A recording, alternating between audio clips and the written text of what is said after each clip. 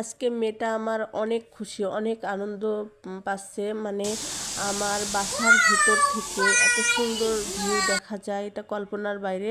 আমি যখন বারান্দায় আসি, মানে বেলকুনির ধারে আসি, এত সুন্দর ভিউ দেখতে পারি। এজন্য আমি লাকি অনেকটা। আমার মেয়েটাও অনেক আনন্দ করে। মানে বৃষ্টি আসার আগে এত সুন্দর একটা দৃশ্য দেখা যাচ্ছে বোঝার বাইরে। তো এই তো বেলকুনিতে আমার ছোট্ট একটা মানি প্ল্যান্টের গাছ, আরও গাছ ছিল, তো নষ্ট হয়ে গেছে, এখন আবার লাগাবো ভাবতেছি।